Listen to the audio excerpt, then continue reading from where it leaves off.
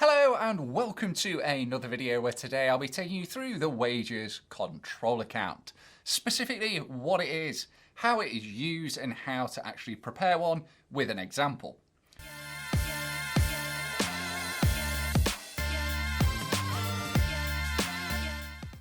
First of all then, let's tackle the what is it. Well, a wages control comes into play when a business has employees and runs its own payroll. Now, most of you will already know this, but just to bring it to the forefront of your thoughts, there are multiple elements to payroll.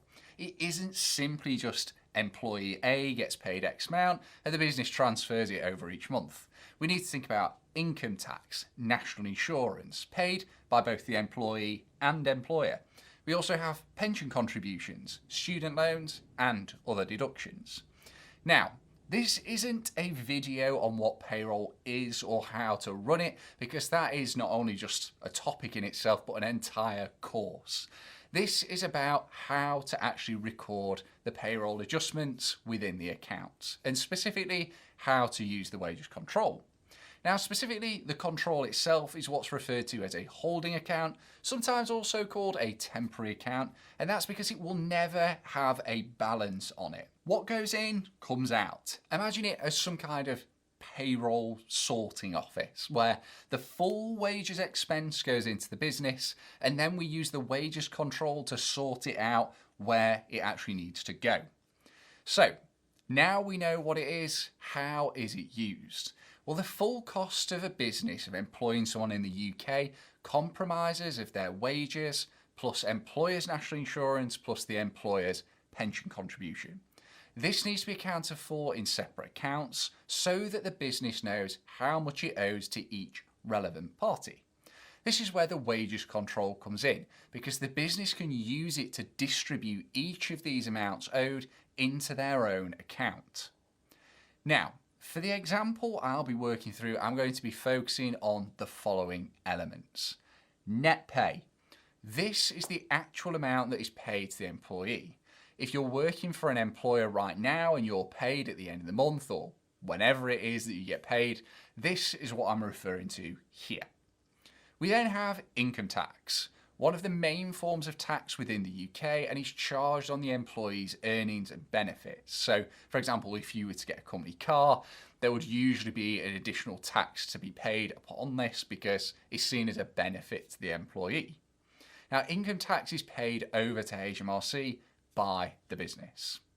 We then have national insurance, which is essentially another tax, although calculated slightly differently to income tax. It is really just another tax, but used for different activities, such as the state pension. Now, I've already said it, but both the employee and employer will pay national insurance. And although I won't be going into how to calculate it specifically, it's important to recognise that both will be paid over to HMRC by the business. We then have pension contributions. Now, although you do not have to be in a workplace pension scheme, you are required to be automatically enrolled by your employer, and you specifically have to opt out as an employee if you don't want to be in it. Although for the vast majority, that would be certainly inadvisable due to it being the most tax efficient way of saving your pennies for later on in life. Now, similar to national insurance, both the employee and employer pay into this, and it will be transferred over to the business's chosen pension provider. Now, the last thing we'll be accounting for are student loans.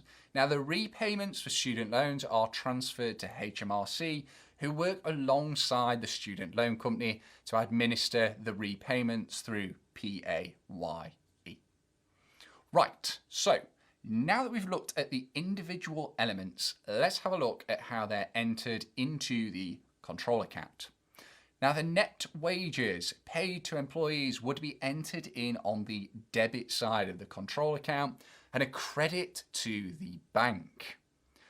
The HMRC liabilities, well, this being income tax, national insurance, and the student loan, would be grouped together and entered on the debit side of the control account, and a credit to the HMRC liability account. Now, the pension contribution would be a debit within the control account and a credit to the pensions liability account. Then the full expense to the employer, which would be the gross wages of the employee, plus the employer national insurance contribution and employer pension contribution would be added together and entered in on the credit side of the control account and the debit side of the wages expense account. Let's now put this into a case study so that you can see how it would work. Hawkins Limited has the following payroll information for the month of September. And we can see on screen now, we've got all the payroll information that we need in order to complete the wages control and other relevant postings. So let's start off with the wages expense. Remember, this is calculated as the gross wages plus employer NI plus employer pension, giving the business a total cost of employing its staff of £90,718. This is then credit to the wages control and debit to the wages expense. We'll then record the net pay, which again is the amount actually paid to employees. This is calculated as the gross pay minus income tax, minus employee national insurance, minus employee pension contributions, minus student loan payments, which gives the business a total net pay figure of £54,916. This is then a debit to the wages control account and a credit to the bank.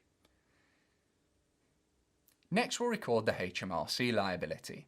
This is calculated as the income tax plus employee and employer national insurance plus student loans, meaning that the business has a total amount owed to HMRC of £26,902. This will be debited to the wages control and credited to the HMRC liability account. Lastly, we need to record the pension liability. To do this, we simply need to add up the employee and employer pension amounts to give the business a total pension liability of £8,900. This will be debit to the wages control and credit to the pensions liability account.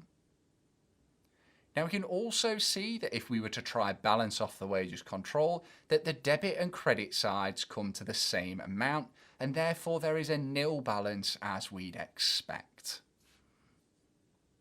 So that wraps up this video on how to complete the wages control account. I hope you found it useful, and remember, if you have, to hit that like button and subscribe to the channel for more accounting videos. Thanks again for watching. I'll catch you in the next one.